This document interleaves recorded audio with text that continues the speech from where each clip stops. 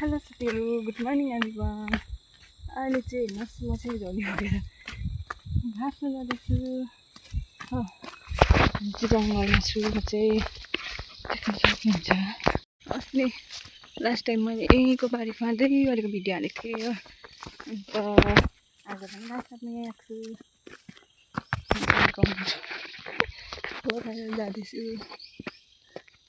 यस्तो छ है हाम्रो चाहिँ यतातिर गाँव घर यस्तै होता है हो। बड़ी बड़े पत्थर होता है, देख सकते हो।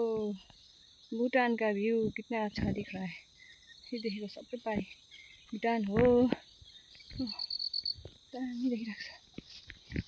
भूटानको मान्छेले नि भन्छ होला नि त, पारि इन्डिया त कति दामी देखेको भन्छ होला है त्यहाँ बस्यो भने।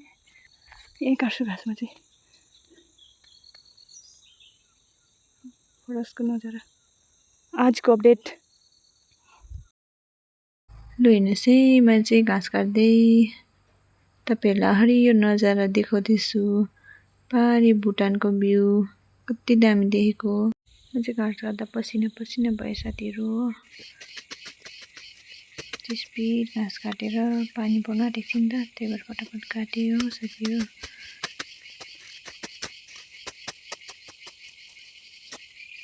घाँस काटेर भारी सारी लगायो साथीहरू।